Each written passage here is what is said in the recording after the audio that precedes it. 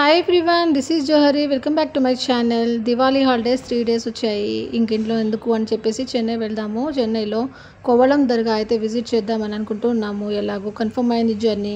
ఇంకా మేము తొందరగా ట్రైన్ అయిపోయేసి కూర్చున్నాము. కాసేపటికి మా వాడు వీడియో షూట్ చేయడం స్టార్ట్ చేసినాడు. అదేంటో కానీ మా వాడికి ఎంత తిట్టినా కానీ కాసేపన్నా డోర్ దగ్గర నిల్చుకొని ఎంజాయ్ చేస్తూ రావడం చాలా ఇష్టము. అందుకే మేమైతే హెచ్చరిస్తూనే ఉన్నాము. కాసేపులో వచ్చేస్తానని చెప్పేసి వీడియో షూట్ చేస్తూ వస్తున్నాడు. చాలా ఎర్లీ ఏజ్ నుంచి వాడికైతే ట్రైన్ జర్నీ చాలా ఇష్టం. ఇంకా బస్ జర్నీతో కంపేర్ చేస్తే ఎందుకో ట్రైన్స్ చూస్తే చాలా హ్యాపీ ఫీల్ అయిపోతాడు. సగం వాడి కోసమే మేమైతే ట్రైన్ జర్నీ చేస్తూ ఉంటాము. ఇంక ఈసారి కోవళం అనుకున్నాము. అక్కడ ఒక దర్గా ఉంది, అది కూడా మీకు చూపిస్తాను. దర్గా అంటే మేమేం ఫాతిహా చేయడానికి అయితే వెళ్ళాం. అక్కడ జస్ట్ జియారత్ చేస్తాం అక్కడ వెళ్ళేసి. ఈ జర్నీలో మాతో పాటు మా సెకండ్ సిస్టర్ ఇంకా వాళ్ళ అబ్బాయి కూడా జాయిన్ అయినాడు. మా అక్కేమో లెమన్ రైస్ చేసుకుని వచ్చేసింది. సో బ్రేక్ఫాస్ట్ మేము ట్రైన్లోనే తినేసాము రేణిగుంటలో. ఆ తర్వాత నేను కూడా కొంచెం సేపు నేచర్ని ఎంజాయ్ చేస్తామని చెప్పేసి డోర్ దగ్గర నిల్చుకునేసి కొంచెం సేపు ఎంజాయ్ చేశాను. చాలా చిల్ వెదర్గా ఉంది, వర్షాలు పడుతున్నాయి కదా. ఇంకా అక్కడ వెళ్తే వర్షం ఉంటుందో ఏమో అని టెన్షన్గా వెళ్ళాం, కానీ వర్షం అయితే లేదు. అక్కడ వెళ్ళిన వెంటనే ఇంకా కొంచెం వాటర్ తాగడానికి చూస్తే వాటర్ అయిపోయింది. నేను మా వాడికి చెప్పాను వాటర్ తీసుకురామని చెప్పేసి. వాడు వాటర్తో పాటు వేడి వేడి కాఫీ కూడా తెచ్చి మాకు ఇచ్చాడు. సో కొంచెం సేపు రిలాక్స్ అయిపోయినాము, రిఫ్రెష్ అయిపోయినాము కాఫీ తాగేసి అక్కడే. నెక్స్ట్ ఇంకా స్టేషన్ నుంచి బయటికి వస్తూ ఉండగా ఇక్కడ ఒక లాంజ్ అయితే కనిపించింది చూడండి. రిలాక్సేషన్ మసాజ్ చైర్ అన్నమాట ఇది.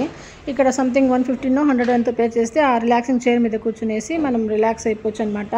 ఇది కూడా ఎంతోమంది యూస్ చేసుకుంటున్నారు ఈ ఫెసిలిటీని కూడా. ఆ తర్వాత బస్ ఎక్కేసాం మేము. బస్లో వెళ్తూ ఉండగా మాకైతే ఈ బ్యూటిఫుల్ మాన్యుమెంట్ కనిపించింది. ఇది మద్రాస్ హైకోర్ట్.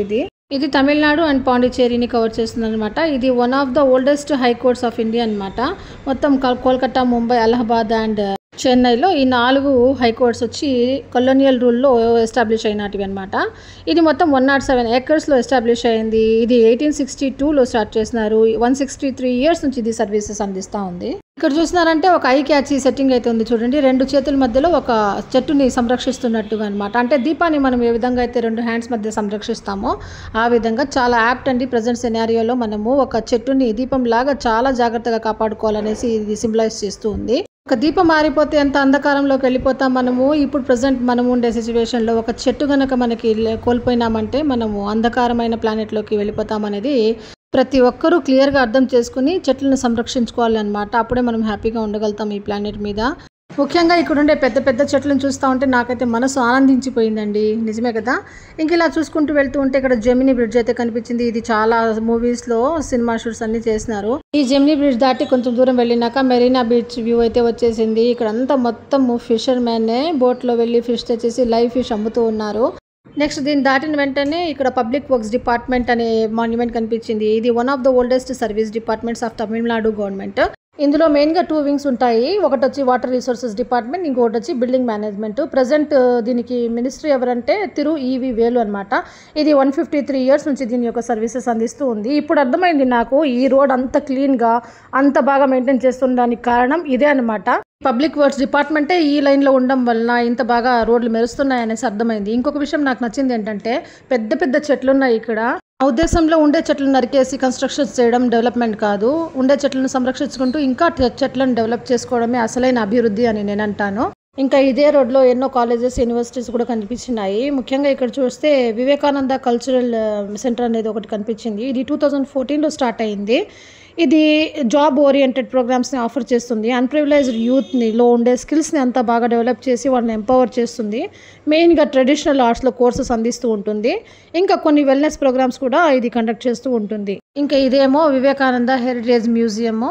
ఇక్కడ ఉండే కన్స్ట్రక్షన్స్, మాన్యుమెంట్స్ అన్నీ కూడా ఎంత బ్యూటిఫుల్గా ఉన్నాయంటే ఇప్పుడే కట్టిన వాటిలాగా తల్ల మెరుస్తున్నాయి. మేబీ అదే అనమాట రీజన్. పబ్లిక్ వర్క్స్ డిపార్ట్మెంట్ ఉండడం వల్ల ఇలా బాగా మెయింటైన్ చేసుకుంటున్నారు. ఇలా బ్యూటిఫుల్ సైట్స్ని ఎంజాయ్ చేస్తూ వెళ్తుండగా ఇంకా రోడ్ అయితే డెడ్ టర్నింగ్ వచ్చేసింది. అక్కడ అయితే బీచ్ బాగా దగ్గరగా కనిపిస్తుంది. ఇక్కడ చూడండి పోలీస్ హెడ్ క్వార్టర్స్ అనమాట. ఇది కూడా చూసుకుంటూ ఇంకా టర్నింగ్కి వెళ్ళిపోయినాము. టర్నింగ్ తర్వాత వరుసగా ఇంకా లైవ్ ఫిషే, రకరకాల మెరైన్ ఫిష్, క్రాబ్స్, ప్రాన్స్ ఇవన్నీ బాగా అమ్ముతూ ఉన్నారు వీళ్ళు. ఇక్కడైతే చూడండి ఏకంగా ఫిష్ మార్కెటే ఉంది. డోమ్ షేప్లో బాగా కన్స్ట్రక్ట్ చేస్తున్నారు. కొంచెం టైం ఉంటే కనుక ఇక్కడ దిగేసి విజిట్ చేసి ఉంటాము. బట్ దర్గా దగ్గరికి వెళ్ళాలి, టైం అయిపోయింది. సో ఫైనల్లీ మేమైతే దర్గా దగ్గరలోనే బస్ దిగేసాము. ఇంకా దర్గాని విజిట్ చేసినాక అక్కడ విశేషాలన్నీ నెక్స్ట్ వీడియోలో చెప్తాను. అప్పటి వరకు కీప్ వాచింగ్. నా ఛానల్ని సబ్స్క్రైబ్ చేయని వాళ్ళు ఎవరైనా ఉంటే please subscribe my channel. Thanks for watching. Bye.